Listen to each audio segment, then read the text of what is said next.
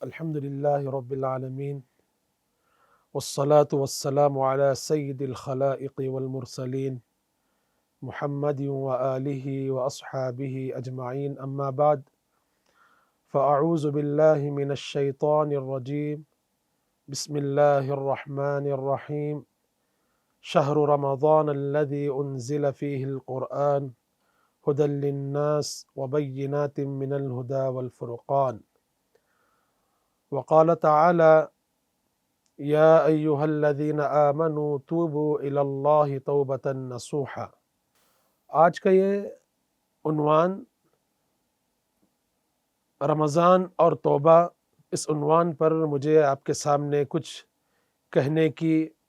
اللہ تعالیٰ کی طرف سے توفیق ملی ہے، میں اس پر اللہ تعالیٰ کا شکر گزار ہوں۔ محترم ناظرین، رمضان اور توبہ یہ اللہ کی بہت بڑی نعمتیں ہیں، اور ان دو نعمتوں میں ایک خاص تعلق بھی ہے، ایک جوڑ بھی ہے۔ وہ کیا جوڑ ہے؟ وہ کیا خاص تعلق ہے؟ وہ یہ ہے کہ رمضان کا مہینہ سال میں ایک مرتبہ آتا ہے، تو اللہ کے وہ بندے جو اللہ کو سال بھر ناراض کرتے ہیں اور ایسے اعمال کرتے ہیں جن سے اللہ پاک ناراض ہوتے ہیں، اللہ تعالیٰ کی نافرمانی ہوتی ہے، نبی پاک علیہ الصلاۃ والسلام بھی اس سے ناراض ہوتے ہیں، آپ علیہ الصلاۃ والسلام کی سنتوں کو چھوڑ کر کے ہماری زندگی ہوتی ہے۔ لیکن جب رمضان کا مہینہ آتا ہے تو بڑا سے بڑا گنہگار، بڑا سے بڑا پاپی، ظالم، سب اللہ کے دربار میں حاضر ہو کر کے اپنے گناہوں سے توبہ طلب کرتے ہیں، اللہ سے کہتے ہیں اللہ ہم نے سال بھر تیری نافرمانی کی، تجھے ناراض کیا، اور حضرت محمد رسول اللہ صلی اللہ تعالیٰ علیہ وسلم کے جو سنتیں ہیں ان کا ہم نے مذاق اڑایا، ہم نے سنتوں کا اہتمام نہیں کیا، قرآن کریم کی تلاوت نہیں کی، اور صدقہ خیرات نہیں کیا، ہم نے اچھے اعمال نہیں کیے، نہ تیرے حقوق ادا کیے، نہ تیرے بندوں کے حقوق ادا کیے۔ پروردگار ہمارے سے جو بھی غلطی ہو گئی ہے، جو بھی کوتاہی ہو گئی ہے، ہم معافی چاہتے ہیں، توبہ کرتے ہیں، ہمارے گناہوں کو معاف فرما۔ تو رمضان میں ظاہر ہے کہ اس طریقے سے بندہ اللہ تعالیٰ کے سامنے روتا ہے، گڑ گڑاتا ہے۔ اور ایک بات یہ ہے کہ رمضان ایک خاص موقع پر آتا ہے، لیکن توبہ کا جو دروازہ ہے وہ ہمیشہ کھلا رہتا ہے۔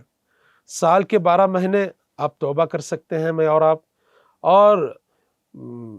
ہر مہینے کا ہر دن توبہ کے لیے کھلا ہوا ہے۔ یعنی جب بھی ہم اپنے گناہوں سے توبہ کرنا چاہتے ہیں، ہم اللہ کے سامنے رو کر گڑ گڑا کر کے اپنے توبہ کے ذریعے سے اپنے گناہوں کو معاف کرا سکتے ہیں۔ یہ رہا رمضان اور توبہ کے تعلق سے ایک خاص تعلق ہے۔ بہرحال جو رمضان کے معنی آتے ہیں، لغوی معنی آتے ہیں، اسے جھلس جانے کے آتے ہیں۔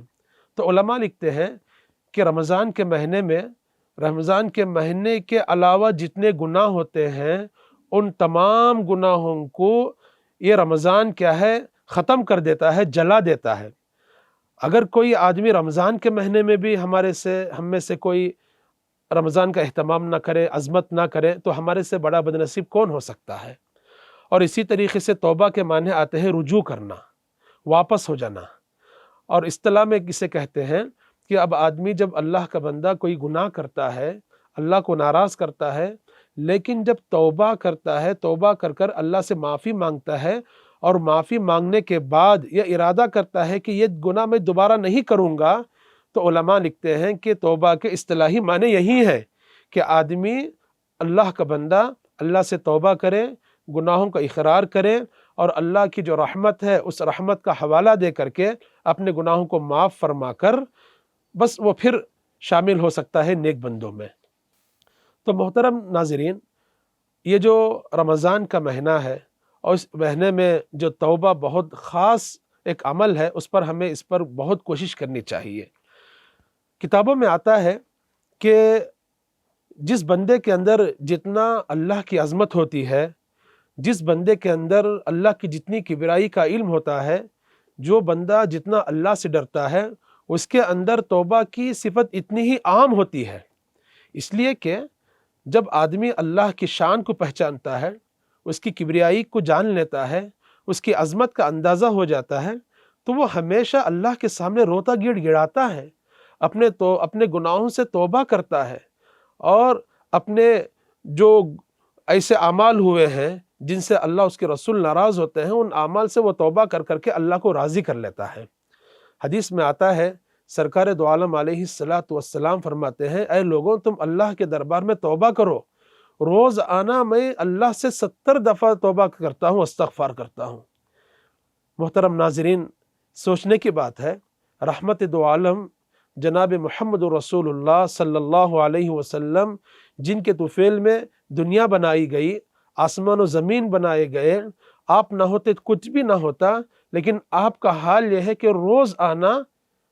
اللہ کے دربار میں، ایک روایت میں آتا ہے کہ 70 دفعہ، اور ایک روایت میں آتا ہے کہ 100 دفعہ توبہ کرتے ہیں، استغفار کرتے ہیں۔ تو اس حدیث کو جب ہم پڑھتے ہیں، سنتے ہیں، تو ہماری روح کام جاتی ہے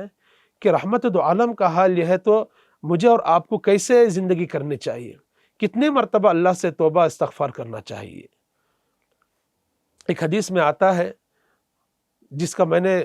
شروع میں حوالہ بھی دیا اور جس کو پڑھا، سرکار دو عالم احمد مجتبی محمد رسول اللہ صلی اللہ علیہ وسلم ارشاد فرماتے ہیں، التائب من الذنب کمن لا ذنب لہ، جو آدمی گناہوں سے توبہ کرتا ہے وہ ایسا ہو جاتا ہے گویا کہ اس نے گناہ ہی نہیں کیا ہے۔ سبحان اللہ، کتنی اللہ کی رحمت ہے،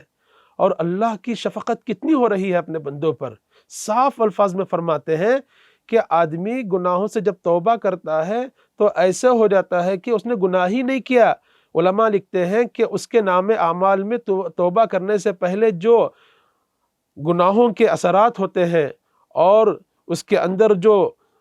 اس کے اثرات لکھے جاتے ہیں، وہ پورے کا پورا نام اعمال صاف ہو جاتا ہے۔ بعض علماء فرماتے ہیں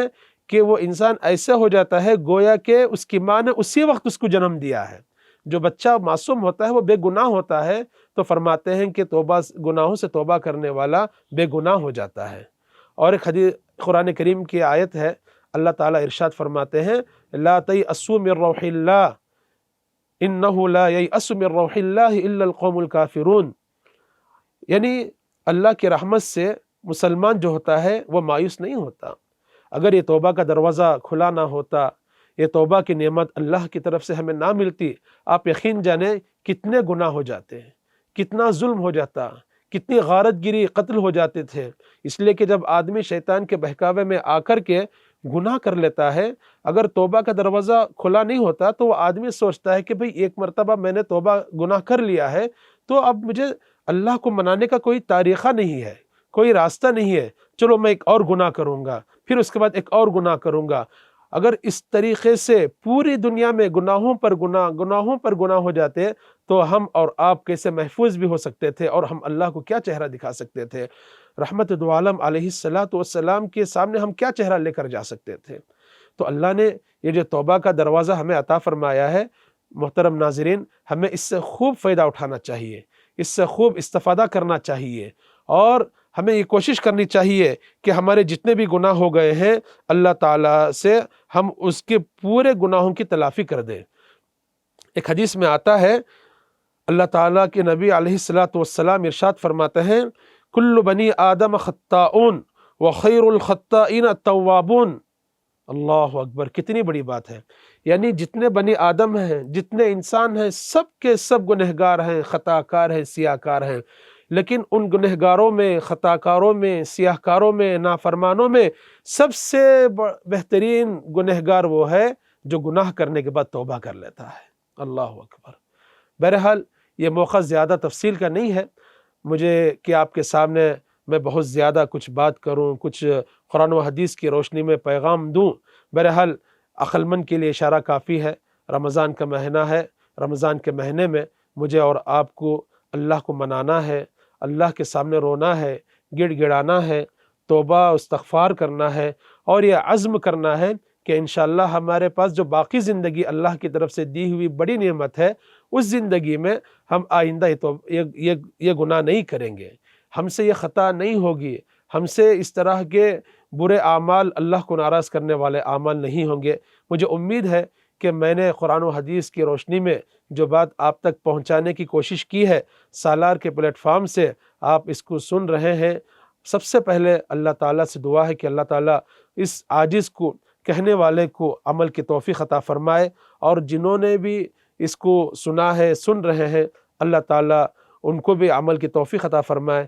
اور یہ جو رمضان کا مہینہ ہے، اس میں رمضان کے مہینے کی جو برکات ہیں اور جو اس کے فیوز ہیں اور اس کی جو رحمتیں ہیں، وہ تمام رحمتیں، برکتیں، فیوز اللہ تعالیٰ ہم سب کو میسر فرمائے، نصیب فرمائے۔ اللہ تعالیٰ ہم سب کو اسے راضی کرنے والے اعمال کی توفیق عطا فرمائے، ناراض کرنے والے اعمال سے ہم سب کی حفاظت فرمائے۔ میں